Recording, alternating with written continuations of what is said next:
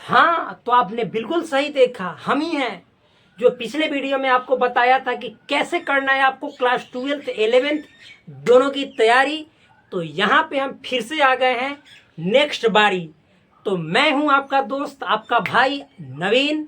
तो यहाँ पे बनाने आया हूँ आपको नवीन। सो प्लीज़ यदि आप हमारे चैनल पे आए हैं नए तो चैनल को कीजिए सब्सक्राइब, तब मैं आपके फ्यूचर को करूँगा ब्राइट। तो भाई वीडियो देखने के बाद वीडियो को यदि कीजिएगा लाइक, तब क्यों नहीं बनेगा आपका फ्यूचर ब्राइट। तो प्लीज़ आप हमारे चैनल को सब्सक्राइब कीजिए, वीडियो को लाइक कीजिए और अपने दोस्तों के बीच शेयर कीजिए और एक कमेंट अवश्य कीजिए ताकि मुझे मोटिवेशन मिले और मैं गर्दा छुड़ा दूँ, धुआं धुआं उड़ा दूँ। तो चलिए शुरू करते आज से आपका जो सिलेबस है उसको। तो भाई मेरे आज से मैं स्टार्ट करूँगा। सबसे पहला जो क्लास आपका 11th है उसका जो आपका मैथमेटिक्स वाला सब्जेक्ट है उसको मैं यहाँ पे स्टार्ट करने जा रहा हूँ, जिसको हिंदी में गणित कहा जाता है। अब समझिए, गणित तो आप लोग सुन लिए, मैथमेटिक्स तो सुन लिए, लेकिन आपको मैथमेटिक्स आपको एनसीईआरटी के अकॉर्डिंग पढ़ने हैं, क्योंकि जो पढ़ेगा एनसीईआरटी उसको डीपली नॉलेज हो जाएगा, विशेष ज्ञान हो जाएगा। क्योंकि एनसीईआरटी पुस्तक इतना बेस्ट तरीके से लिखा गया, इतना अच्छे तरीके से लिखा गया भाई, उसको लिखने में बहुत लोग अपना अपना माइंड लगाएं, अपना अपना बहुत सारा कंट्रीब्यूशन दिए, खूब मेहनत किए। मतलब ऐसे ही लिख देता है कोई किताब का, आप ही लिख दीजिएगा का। आज का जो टीचर ऐसे पढ़ाते हो छाप छुप के लिख दिए किताब हो गया। जो एनसीईआरटी लिखे हैं बड़े बड़े प्रोफेसर होते हैं, समझ में आया। जो मतलब डीयू हो गया, Delhi university, JNU Jawaharlal Nehru university, AU Allahabad university, अलग अलग मतलब कि जैसे देश में जितने जो आईआईटी कॉलेज है उनके मतलब अच्छे अच्छे जो टीचर होते हैं, जो अच्छे अच्छे प्रोफेसर होते हैं, लेक्चरर होते हैं, समझ में आया ना, जिनको कोई ना कोई नेशनल इंटरनेशनल लेवल पे अच्छा खासा वो नेम फेम कमाए रहते हैं अपने नॉलेज के लिए, नॉलेज के बेसिस पे। उन जैसे लेखक को बोला जाता है कि आप इस पुस्तक को तैयार इस बेसिस पे कीजिए कि बच्चा पढ़े तो दिल उसका गदगद हो जाए, खूब पढ़ने का मन करे। लेकिन क्या भाई, वो लोग विद्वान होते हैं, उनका थोड़ा भौसवे जो होता है ना लैंग्वेज वो थोड़ा सा डीप हार्ड होता है, लेकिन बहुत अच्छे लिखते हैं। तो मैं कितना भी हार्ड हो आपका एनसीईआरटी, मैं यहाँ पे इतने टॉपिक पढ़ा दूंगा, चाहे मैथ हो, चाहे फिजिक्स हो, चाहे केमिस्ट्री हो, चाहे बायोलॉजी हो, चाहे हिंदी हो, चाहे इंग्लिश हो, कि भाई जब आप उसको पढ़ लीजिएगा ना उसके बाद पुस्तक उठाइएगा और उसके सवालों को बनाना शुरू कीजिएगा, धुआं धुआं उड़ा दीजिएगा, गर्दा छोड़ा दीजिएगा। तो चलिए आइए हमारे साथ। पहले देखिए गणित है। अब शांत हो जाते हैं और फिर उसके बाद शुरू करते हैं अपने इस क्लास को बेस्ट तरीके से। तो आप सभी को बहुत बहुत शुक्रिया, बहुत बहुत आप सभी को समझिए तो हमारा प्रणाम है। आप सभी हमारा प्रणाम स्वीकार कीजिए। बड़े हैं तो प्रणाम स्वीकार कीजिए, छोटे हैं तो हम आपसे प्रेम बांट रहे, प्रेम को स्वीकार कीजिए। तो भाई शुरू करते हैं क्या। तो अपने पहले जो पुस्तक है, जो पहला सब्जेक्ट है मैथमेटिक्स को, जो कि क्लास 11 का शुरू हो रहा है। तो देखिए भाई, क्लास 11 के मैथमेटिक्स में यदि आप बात करेंगे एनसीईआरटी की, किसकी, एनसीईआरटी की, तो एनसीईआरटी हमेशा मतलब कि मोस्ट प्रायोरिटी, फर्स्ट प्रायोरिटी इसी को दिया जाता है। फर्स्ट देखिए फर्स्ट प्रायोरिटी क्या, प्रायोरिटी, भाई कैसे प्रायोरिटी, जो प्राथमिकता है, प्रथम प्राथमिकता यानी फर्स्ट प्रायोरिटी। क्या, जो फर्स्ट प्रायोरिटी देना है वो किसको देना है, इसको देना है, किसको, एनसीईआरटी को। फर्स्ट प्रायोरिटी किसको देना है, एनसीईआरटी को देना है। फर्स्ट प्रायोरिटी यानी प्रथम प्राथमिकता, यानी सबसे ज्यादा आपको ध्यान एनसीईआरटी पर देना है। अब समझिए, मैं ऐसा मतलब विचार किया कि एनसीईआरटी पे सबसे ज्यादा तो ध्यान स्टूडेंट्स देंगे, बहुत जरूरी है देना, लेकिन मैंने डिसाइड किया कि क्यों ना हम इतना अच्छा तरीके से एक एक टॉपिक को पूरा गहराई में जाकर एक्सप्लेन करें, इतना अच्छा से डीप वे में मतलब कि उसको डिटेल में बताएं कि ये स्टूडेंट एनसीईआरटी खुद से करने लायक बन जाए। तो मैं उसी बेसिस पे करने वाला हूं आपके साथ काम। तो आप प्लीज आप हो जाइए तैयार, क्योंकि आप बनने वाले हैं महान, मैथमेटिक्स के फील्ड में करने वाले हैं कुछ नया काम। तो कैसे शुरू करेंगे, तो जो आप फर्स्ट प्रायोरिटी दीजिएगा एनसीईआरटी को दीजिएगा, लेकिन एनसीईआरटी को आप खुद से बनाने लायक बन जाइएगा। मैं आपको यहाँ पे दावा के साथ कहता हूँ, आपको यहाँ पे मैं विश्वास के साथ कहता हूँ, एक एक बात मैं आपको बताऊंगा कि मैथमेटिक्स में ऐसा एक भी डाउट नहीं रहेगा जो आप एनसीईआरटी सॉल्व करो और आपसे छूट जाए। तो चलिए शुरू करते हैं अपने मैथमेटिक्स को। तो देखिए, जिस तरह से मैं आपको पढ़ाऊंगा भाई, प्लीज़ आप उस तरह से पढ़ते रहिए, नोट्स बनाते चलिए। एक बार वीडियो को अच्छे से देखिए, दूसरा बार नोट्स बनाइए। अब मैं आसान आसान भाषा का प्रयोग करूंगा, सिंपल सिंपल शब्दों का प्रयोग करूंगा और पूरे गहराई के साथ आपको मैथमेटिक्स के बारे में बताऊंगा। देखिए, तो सबसे पहले मान लीजिए कि आप जाते हैं कहीं पे, जैसे आप अपने लड़का का शादी करते हैं, लड़की का शादी करते हैं, तो आपके पास अपना लड़का लड़की होगा नहीं। तो मान लीजिए आपके भैया का शादी होता है या आपकी दीदी का शादी होता है, तो क्या होता है, सबसे पहले लड़का देखने वाले या लड़की देखने वाले आपके घर आते हैं कि ना आते हैं। जब आते हैं तो लड़का या लड़की, चाहे आप उनके घर जाते हैं, तो क्या लड़का या लड़की के बारे में मतलब सबसे पहले तो आप जाते हैं वहाँ पे, तो क्या पूछते हैं कि सबसे पहले बताओ बुआ कि कौन सा मतलब कि गांव है, आपके गांव का क्या नाम है, आपके मतलब कि जैसे पोस्ट ऑफिस कहाँ है, आपका थाना कहाँ है, आपका मतलब जिला कहाँ है, पूरा इन्फॉर्मेशन लेते हैं ताकि किसी प्रकार की समस्या हो तो आप डायरेक्ट वहाँ पे चले जाएं।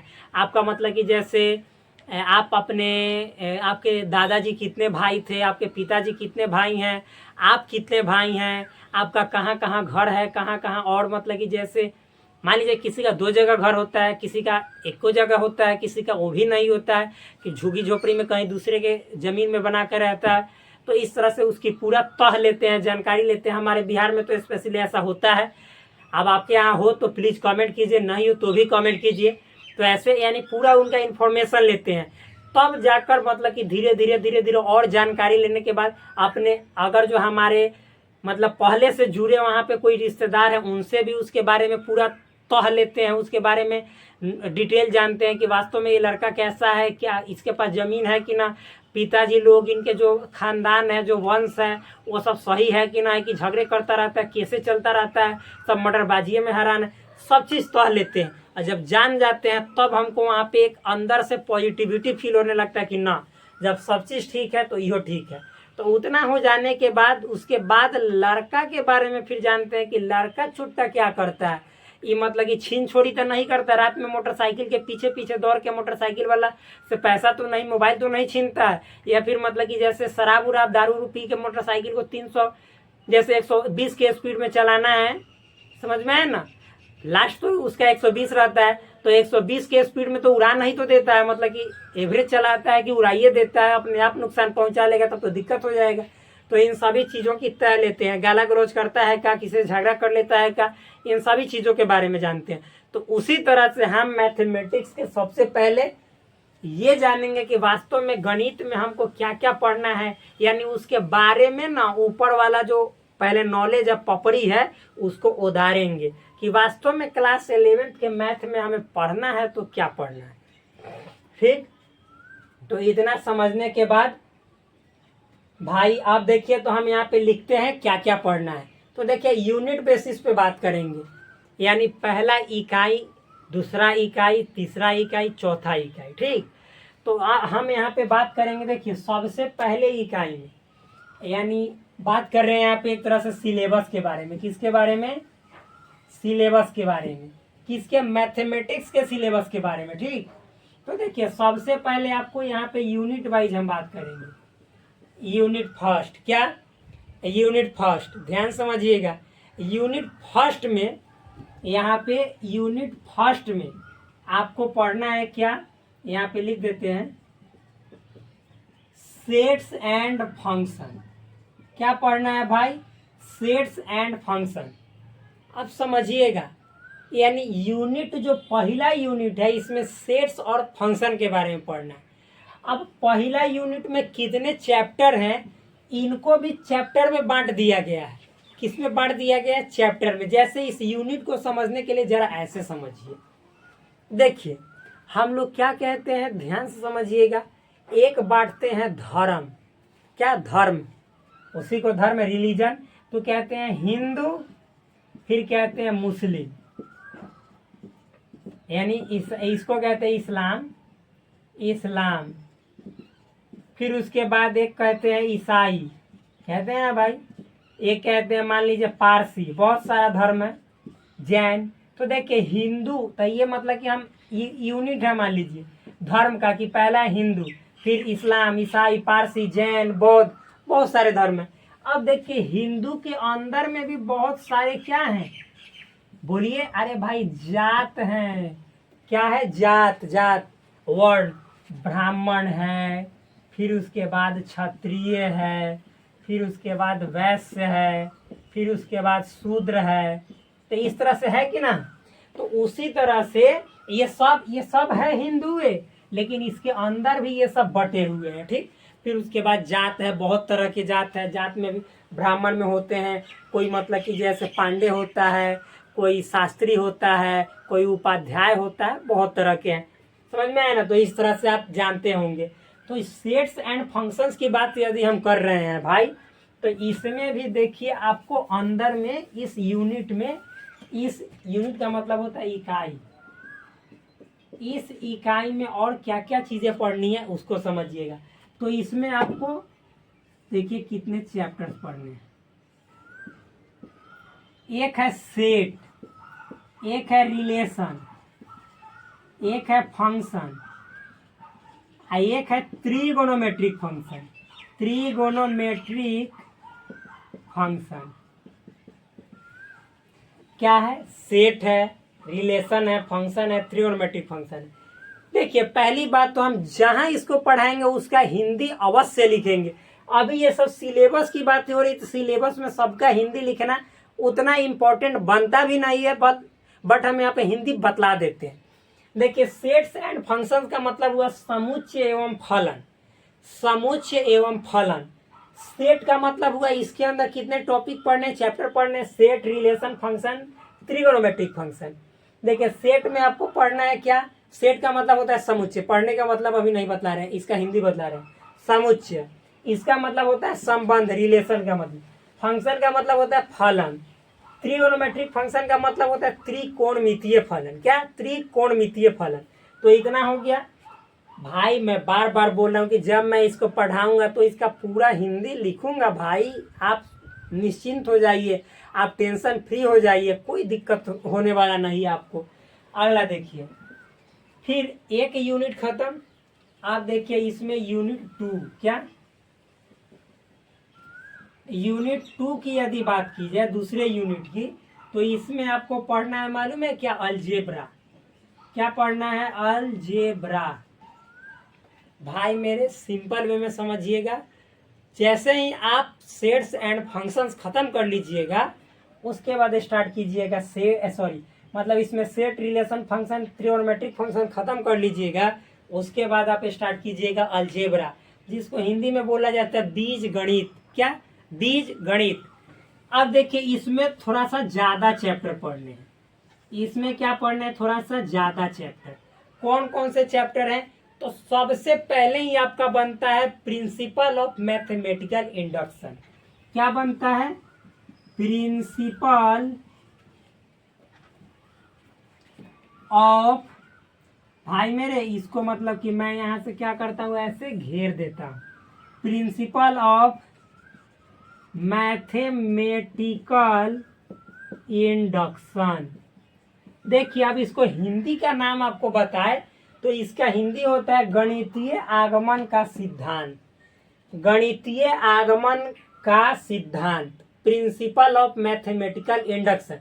देखिए सबसे पहले जब तक आप ये नहीं जानिएगा कि हमको हमारे मैथ में क्या क्या पढ़ना है, तो आप कैसे बतला सकते हैं कि हाँ हमने ये चीज़ पढ़ लिया है और ये चीज़ पढ़ना बाकी है। तो भाई सबसे पहले आपको ये जानना आवश्यक है, जरूरी है कि हमको मैथ में ये सब टॉपिक्स पढ़ने हैं, इतना हमने पढ़ लिया है और इतना पढ़ना बाकी है। तो इसके लिए ये जानना बहुत ज़रूरी है। बिना आप रिश्तेदार से पूछे हुए, मतलब जहाँ पे शादी विवाह करने जा रहे हैं उसका नाम पता पूछे हुए कैसे आप शादी कर लीजिएगा, कैसे उस लड़का से आप रिश्ता जोड़ लीजिएगा। भगेरू शादी करना है तो कर लीजिए, उसमें तो कोई रिश्ता नहीं पूछता है। 2 दिन आंख एक बार ऐसे मारा, बस जा पाँख लेके उड़ गया, लड़का लड़की दोनों उड़ गया। मालूम चला बिहान कोर्ट में है, परसों मतलब कि लोट में है। लोट में मतलब समझ में आ रहा है ना, रूम में। ठीक, रूम में अपना क्या मस्ती कर रहा है, और क्या करता है। अब देखिए अलजेब्रा, तब प्रिंसिपल ऑफ मैथमेटिकल इंडक्शन बता दिए। अब इसी में जो है सो आपको प्रिंसिपल ऑफ मैथमेटिकल इंडक्शन के बाद दूसरा जो टॉपिक है इसमें वो पढ़ना है कॉम्प्लेक्स नंबर। क्या पढ़ना है? कॉम्प्लेक्स नंबर तो हाँ है, लिख लीजिए। कॉम्प्लेक्स नंबर क्या पढ़ना है आपको? Complex number. साथ ही साथ आपको क्वाड्रेटिक इक्वेशन भी पढ़ना है। क्या? यहाँ पे मतलब लिख देते हैं क्वाड्रेटिक इक्वेशन।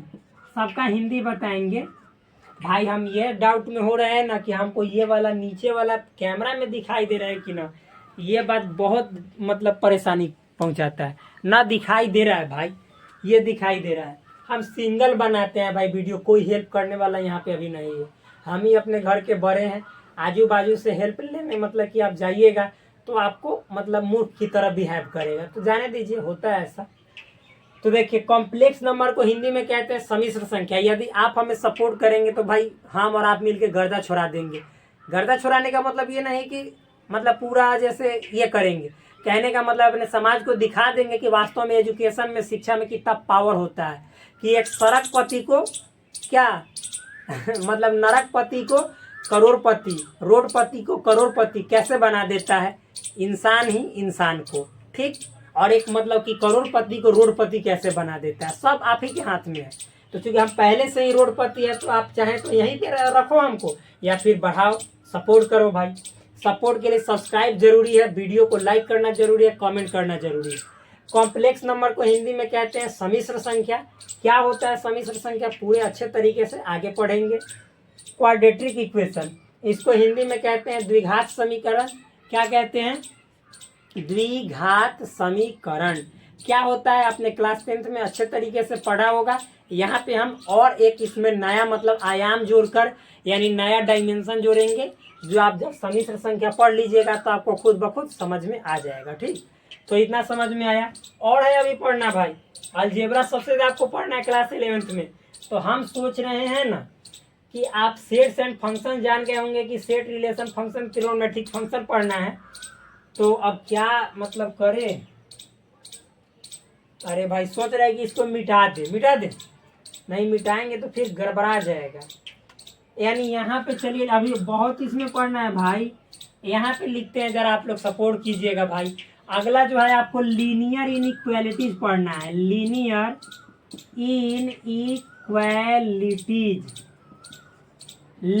इनइक्वालिटीज, इसका मतलब होता है रैखिक असमीका। भाई एक बार देख लेने दो, ठीक है। अब नीचे जाएंगे तो ये मतलब कि छिप जाएगा, नहीं दिखाई देगा। लीनियर इनइक्वालिटीज मतलब रैखिक असमीका। क्या होता है रैखिक और असमीका, इसको पूरा डिटेल वे में इस वाले चैप्टर में समझेंगे। अभी और है, इतना ही नहीं, अलजेब्रा में अभी और है भाई। अगला मालूम है इसमें क्या है? यहाँ पे लिख देते हैं, लेकिन लाइन से लिख रहे हैं हम। पहले आपको प्रिंसिपल ऑफ मैथमेटिकल इंडक्शन पढ़ना है, कॉम्प्लेक्स नंबर पढ़ना है, क्वाड्रेटिक इक्वेशन पढ़ना है, लीनियर इनइक्वालिटीज पढ़ना है। इसी में देखिए अब यहाँ पे लिख दे रहे हैं, ये वाला जो था ना ये इसका था, ऐसे घेर दिए।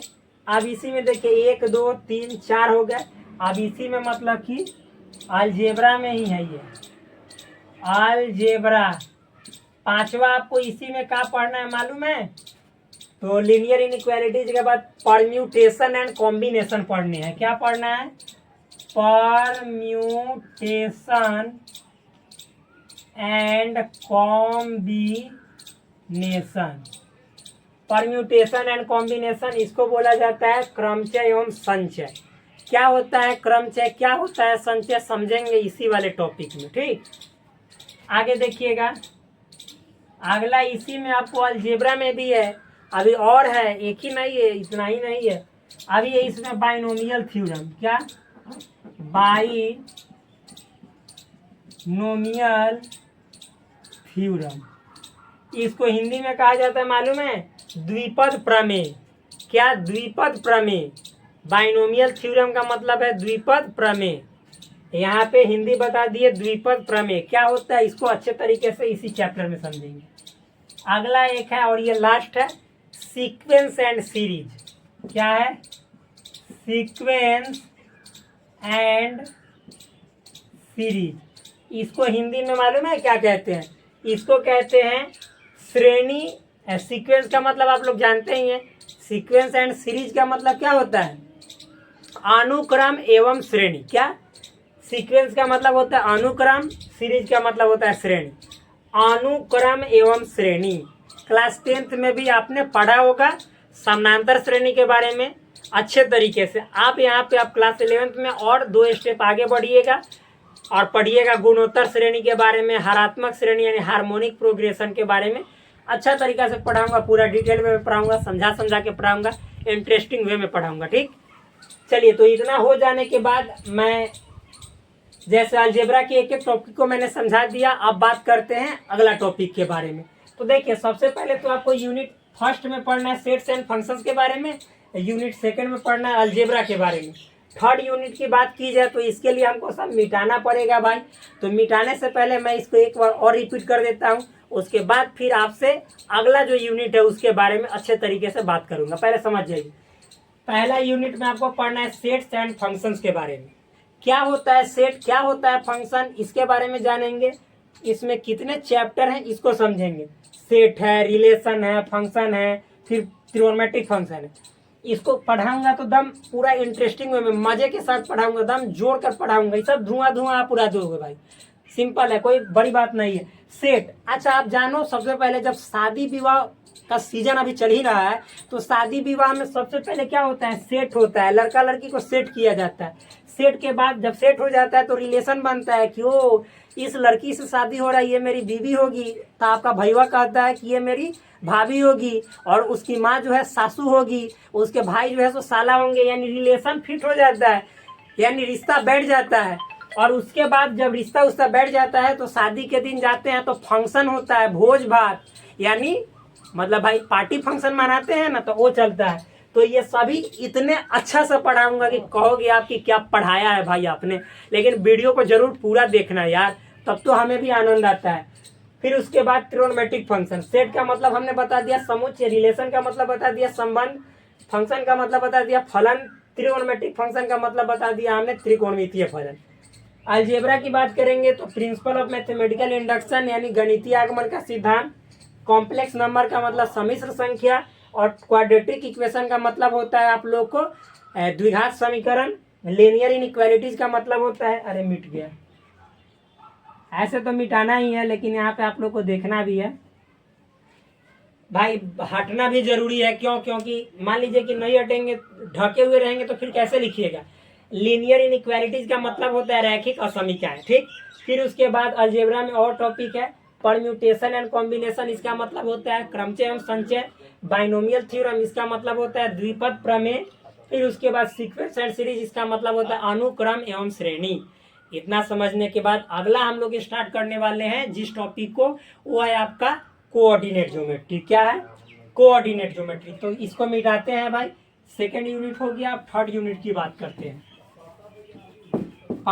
तीसरा यूनिट क्या है उसको पढ़ेंगे, उसमें कौन कौन से टॉपिक पढ़ने हैं इसकी बात करेंगे। फिर उसके बाद गर्दा छुड़ा देंगे आगे। जब चैप्टर 1 स्टार्ट करूंगा भाई पूरे गहराई के साथ इसी तरह स्टार्ट करूंगा, एक एक चीज आपको प्रोवाइड करूंगा, कैसे मतलब मैथ में आपको आगे बढ़ाना है, ये काम मेरा है। बस आप देखते जाओ कैसे आप हीरो बनोगे, जीरो से हीरो कैसे बना जाता है। तो चलिए बात करते हैं यूनिट थर्ड की। क्या होता है यूनिट थर्ड यानी इकाई 3 में क्या क्या पढ़ना है उसको। तो इसमें सबसे पहले आपको तो मैंने बताया ही है कि कोऑर्डिनेट ज्योमेट्री पढ़ना है। क्या? Coordinate geometry. कोऑर्डिनेट ज्योमेट्री इसमें पढ़ना है। अब देखो, कोऑर्डिनेट ज्योमेट्री में भी आपको बहुत सारे चैप्टर पढ़ने हैं। क्या पढ़ने हैं? अलग अलग चैप्टर्स। इसमें आपको मतलब कि देखिए, सबसे पहले तो आपको पढ़ना है ए स्ट्रेट लाइन। क्या पढ़ना है? A straight line. क्या होता है स्ट्रेट लाइन? इसको हिंदी में कहते हैं सरल रेखा। क्या? सरल रेखा। क्या कहते हैं? सरल रेखा। अरे भाई सरल रेखा कहते हैं, स्ट्रेट लाइन मतलब क्या होता है? सरल रेखा, सीधी रेखा, और क्या। फिर उसके बाद भाई अगला जो है इसी में टॉपिक वो होता है कोनिक सेक्शन। क्या? Conic section. आप देखिए कोनिक सेक्शन में आप बहुत तरह के टॉपिक पढ़ेंगे, जितना जो आप सर्कल तर्कल फड़कल ये सब जितना जो है, फिर उसके बाद जैसे हाइपरबोला तोला ये सब गोला फोला सब धूम मचा दीजिएगा भाई, यानी पैराबोला हाइपरबोला इलिप्स तिलिप्स सब फिल्म तिलिम सब पढ़ लीजिएगा। किस में? कोनिक सेक्शन में, ठीक। जिसको हिंदी में बोला जाता है शंकु परिच्छेद। क्या? शंकु परिच्छेद। अरे भाई बोलिए हिंदी, शंकु परिच्छेद हिंदी में बोला जाता है, ठीक। कोनिक सेक्शन या शंकु परिच्छेद भी लिखा रहता है, ठीक। आगे देखिए हम लोग इसी में मतलब कि और भी चैप्टर्स पढ़ेंगे, ऐसा बात नहीं है। इसमें आगे हम लोग पढ़ेंगे 3D है, यानी 3D का यहाँ पे परिचय पढ़ेंगे, इंट्रोडक्शन पढ़ेंगे, introduction to 3 dimensional geometry, introduction to 3 dimensional geometry, यानी त्रिविमीय ज्यामिति का परिचय। त्रिविमीय ज्यामिति का परिचय पढ़ेंगे। जो 3 डायमेंशनल होता है, आपने अभी तक 2 डायमेंशनल चीजें देखा है, एक देखा है आपने एक्स, एक देखा है वाई, लेकिन यहाँ पे आप एक और जोड़ लीजिएगा जेड। जेड भी होता है, जैसे आप समझ जाइए मेरे पास ये है, देखिए जब हम ऐसे पढ़ते थे एक मान लीजिए समतल, ये जो दिखाई दे रहा है ये आपको समतल है, क्या है? 2D है। लेकिन जैसे ही, अच्छा भाई एक बात देखिए, ये वाला है, ये वाला है ना, तो इसमें देखिए एक तो ऐसे ऊंचाई है, एक ऐसे आपको देखना है ऐसे चौड़ाई है ना, ऐसे एक ऐसे मोटाई भी तो है, ऐसे है कि ना। यानी देखिए कहने का मतलब है कि इसमें इस शेप में ये वाला जो आकृति दिखाई दे रहा है, इसमें 3 बीमा है, एक लंबाई है, ये मान लीजिए कि जैसे ये आपका लंबाई हुआ, ये चौड़ाई हुआ, ये ऊंचाई हुआ, ये इसी को मोटाई भी कह देते। तो 3 बीमा है ना, तो ये 3D होता है, इसी को 3 डायमेंशनल ज्योमेट्री बोला जाता है, यानी त्रिविमीय ज्यामिति। तो इसके बारे में पढ़ेंगे। इसका हिंदी होता है त्रिविमीय ज्यामिति का परिचय, ठीक। तो इतना समझ में आया मेरे भाई। तो ये आपको किस में पढ़ना है? कोऑर्डिनेट ज्योमेट्री में। कोऑर्डिनेट ज्योमेट्री कहने का मतलब है, बोलिए, निर्देशांक ज्यामिति। इसमें स्ट्रेट लाइन यानी सरल रेखा के बारे में पढ़ना है, कोनिक सेक्शन यानी शंकु परिच्छेद के बारे में पढ़ना है, इंट्रोडक्शन टू 3 डायमेंशनल ज्योमेट्री यानी त्रिविमीय ज्यामिति का परिचय पढ़ना है, ठीक। इतना पढ़ने के बाद आप देखिए, चलिए आगे भी इसी में बता देते हैं। क्यों? मतलब कि जैसे हम मिटा इसको बार बार, इसको मिटा देते हैं। अब भाई थोड़ा सा हट जाएंगे बार बार, क्यों? क्योंकि हम जानते हैं कि आप लोग अवश्य जब पढ़िएगा मन लगेगा तो एक एक चीज को अवश्य उतारिएगा। आज हम बार बार हम यहीं पे बकवास करते रहेंगे सामने, तो कैसे उतार पाइएगा। इसीलिए हमको साइड होना बहुत जरूरी है, क्योंकि हम आपको इतना डिटेल वे में पढ़ाने का प्रयास करेंगे कि भाई एक एक चीज जब आप अपने नोटबुक में नोट कर लीजिएगा, और फिर जब उसको किसी दूसरे के सामने प्रकट कीजिएगा तो देख के बेहोश हो जाएगा कि अरे इतना डिटेल में तुमने पढ़ा तो कहाँ से पढ़ा।